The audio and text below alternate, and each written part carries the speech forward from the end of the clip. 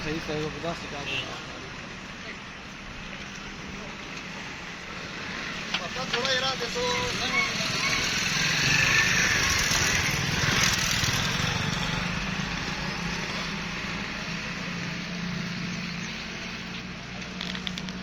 इधर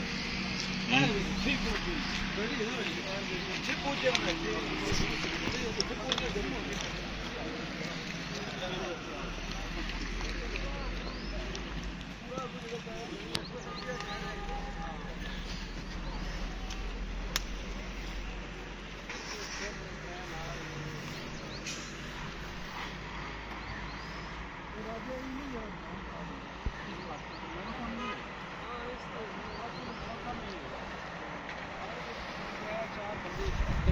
चार